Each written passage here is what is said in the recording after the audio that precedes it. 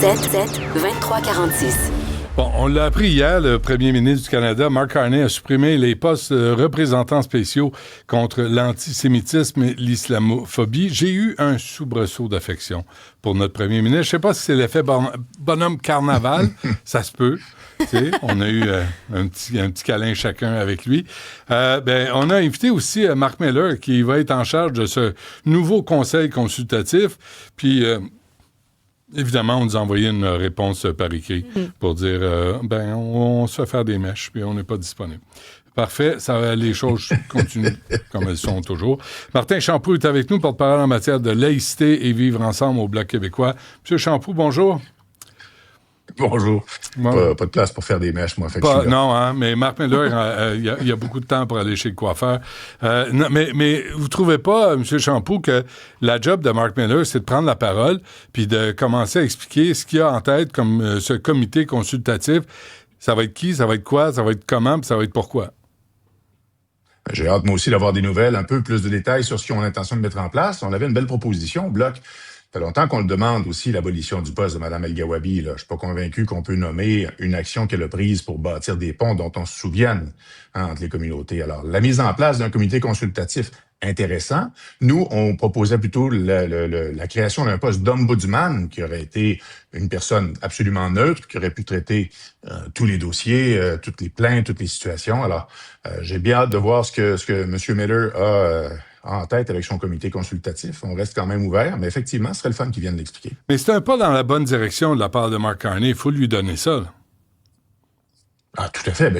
Écoutez, on n'ira pas dire que c'est pas un pas dans la bonne direction, alors que c'est quelque chose qu'on réclame depuis qu'on a rencontré Mme El-Gawabi ici à Ottawa lors de sa nomination.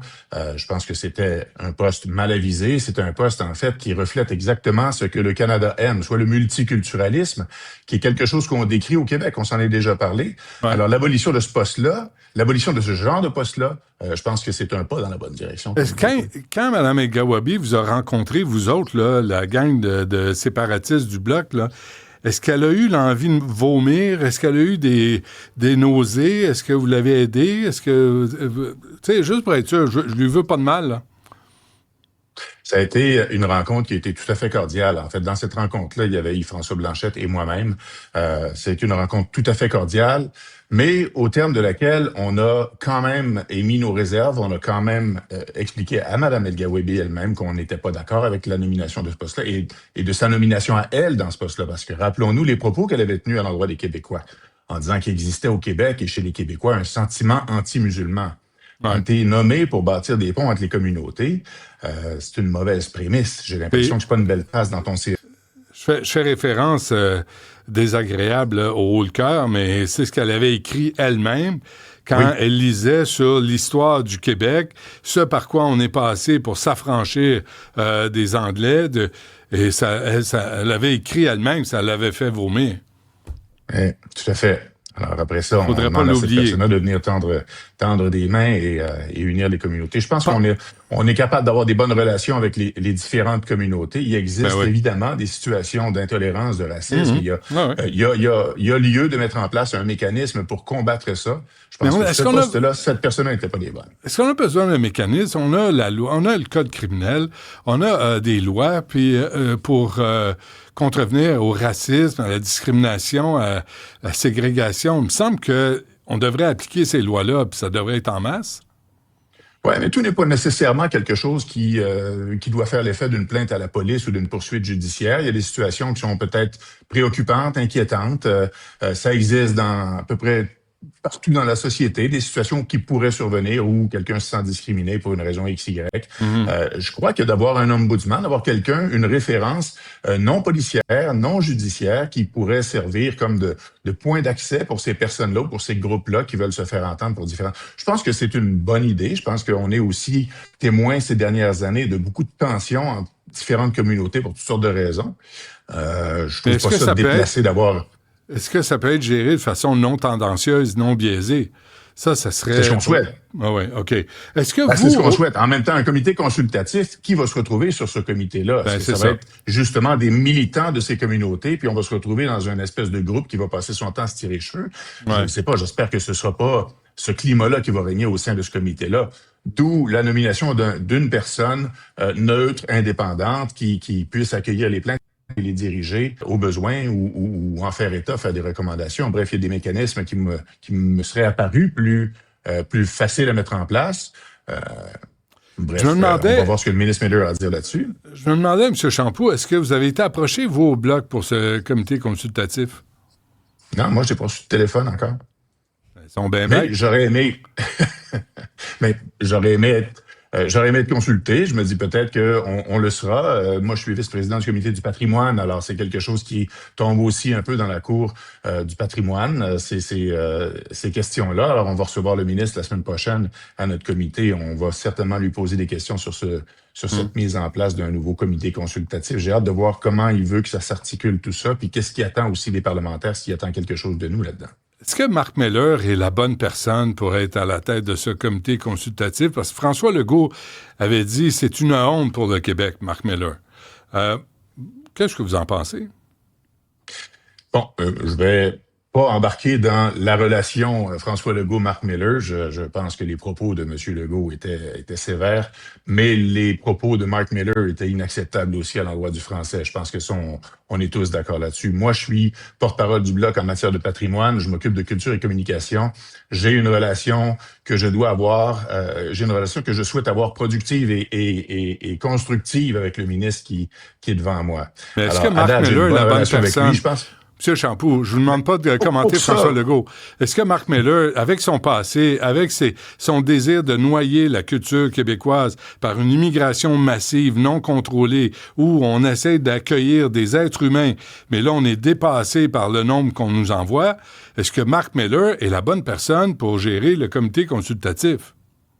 Je pense qu'il y a personne dans un gouvernement libéral qui souhaite justement une immigration massive au Québec comme qui était proposé dans le fameux rapport, les fameuses recommandations de monter la population à 100 millions sans tenir compte du fait français de la spécificité de la nation québécoise. Je pense qu'il n'y a personne dans ce gouvernement-là qui est légitimé pour ça. C'est pour ça que je pense que si on met en place une structure de cette nature-là, elle doit être indépendante. Elle ne doit pas dépendre, elle ne doit pas prendre ses ordres du ministre ou du gouvernement. Elle doit être indépendante.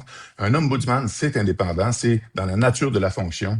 Ouais. Je pense encore que ce serait la meilleure solution. Mais le comité, on va le laisser se mettre en place. Moi, je vais donner la chance aux coureurs quand même. À date, j'ai une assez bonne relation sur les autres questions avec Marc Miller, sur les questions qui relèvent des enjeux de culture et de communication et de médias, entre autres. Il est arrivé en place il n'y a pas longtemps. Là-dessus, on va le surveiller de près parce que c'est quelque chose qui nous touche et c'est une corde sensible chez les Québécois. Alors, c'est sûr qu'on va être très, très vigilant sur le mécanisme qui va se mettre en place. Okay, si c'est pour tisser des ponts, tisser des liens et bâtir des ponts, on va être là, puis on va collaborer, c'est évident. Peu importe. Et contrer le racisme, puis s'assurer que tout le monde ait la même chance à travers le Canada et le Québec. Et dans le respect des valeurs du Québec aussi. Oui, aussi. Pourquoi ne pas exiger, puis c'est une idée que je vous lance demain, M. Champoux, là, des fédérations, des ordres, des syndicats, tous les organismes, le barreau, le collège des médecins, d'intervenir auprès de leurs membres crinqués puis haineux. Il me semble qu'il y a des interventions là où il y a des gens, là, je lisais un courtier immobilier qui a traité un locataire d'animal. T'es un animal, femme ta gueule. Il n'y a pas un ordre, là, mais ils sont autogérés, là, les courtiers immobiliers. Comment ça fait qu'il n'y a personne en haut qui est nommé au barreau, le nom de besoin, collège des médecins, partout, où tu dis, là, il y a quelqu'un en charge des membres, de vos membres, qui sont crinqués, qui se comportent de façon inacceptable. Je ne me mêlerai pas des questions de gestion interne pour les ordres professionnels. J'ai l'impression qu'il y a quelques membres de ces ordres-là qui font aussi très discutables, qui doivent se faire taper sur les doigts. Pour ce qui est du barreau, je ne sais pas quel est le mécanisme en place, mais je suis pas mal sûr qu'on peut porter plainte au barreau si un des membres du barreau a fait un commentaire de cette nature-là. J'ai l'impression que ce serait pas très long que la personne... Non, mais souvenez-vous, l'étudiant là, qui s'est ramassé à l'Université de Sherbrooke, qui est complètement misogyne, et qui a été accepté quand même à l'université. Puis là, tu dis, ah oui, puis le Collège des médecins va le prendre comme médecin. Tu veux ça, là? Un gars qui crachait sur les femmes, il voulait pas de femmes pour le soigner. Puis nous, au Québec, on va tolérer ça. Mais on l'a toléré, puis aujourd'hui, il est à l'Université de Sherbrooke. Moi, je peux vous dire que tout ce qui va à l'encontre des valeurs fondamentales des Québécois, de la nation québécoise, et ça inclut, au premier chef, l'égalité entre les hommes et les femmes, le respect entre les hommes et les femmes, Ouais. c'est pour moi incontournable. Ça n'a pas lieu d'être. Alors, ce comité consultatif, avez-vous des détails? Savez-vous qui, quand est-ce que ça commence? À quel moment? Le seul nom qui est sur la table présentement, c'est celui du ministre qui est chargé de le mettre en place. Maintenant, qui va le composer, je ne sais pas. S'il veut des recommandations, on va être là. Ouais. Mais on va surtout s'assurer que ce soit des gens qui ne sont pas des militants comme l'était Mme El-Gawabi, par exemple, qui se retrouvent autour de la table avec une influence démesurée sur le reste du comité. Ouais. C'est cet équilibre-là qui va être important de trouver pour le ministre Miller. Dis donc, avant qu'on se quitte, M. Champoux, sur une échelle de 1 à 10, là, avec le recul, vous donnez combien au travail de Mme El-Gawabi là, comme représentante officielle du gouvernement contre l'islamophobie? Faut-tu que ce soit 1 à 10 ou je peux aller en bas? Infini à 10. On va faire l'entrevue longtemps s'il faut qu'on compte jusqu'au nombre. Ça va être dans le négatif, je vous l'assure. OK, donc on n'est même pas à 0, là.